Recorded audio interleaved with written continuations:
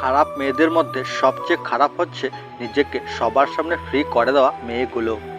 তারা সব জায়গায় নিজেকে ফ্রি করে দেয়, রাস্তায়ও তারা পরপুরুষের সাথে মেলামেশা করে। মেয়েদের মধ্যে সবচেয়ে খারাপ তারাই যারা পাপ করে, সেই পাপের কথা অন্যদের সাথে বলে এবং আনন্দ করে।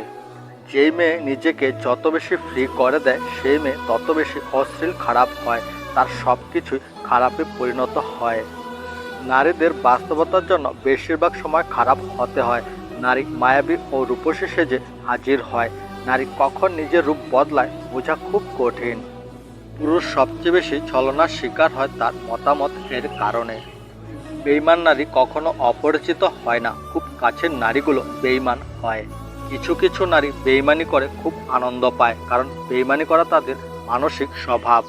বেঈমান নারী আর স্বার্থপর নারী নিজেদের ভালো ছাড়া কখনোই অন্যের ভালো চায় না।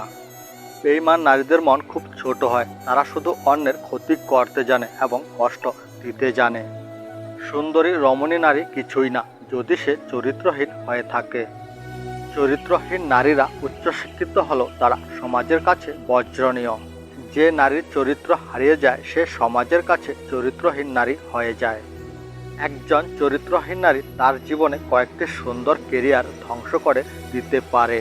সমাজের চরিত্রহীন নারীর কোনো দেশ নেই, তাদের কোনো পরিবার নেই, তাদের কোনো সংসার নেই, তাদের আছে শুধু চরিত্রহীন স্বভাব। লোভী নারীদের আর্থিক কোনো সমস্যা নয়, এটি তাদের স্বভাবের ফল। নারীদের লোভের কাছে ছেলেরা অতি নগণ্য।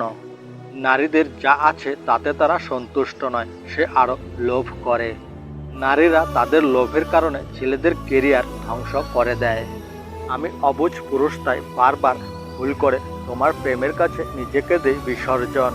এখন আমি বিষাক্ত সাপকে বিশ্বাস করে গলায় মালা করতে পারি, কিন্তু ছলনাময়ী তোমাকে নয়।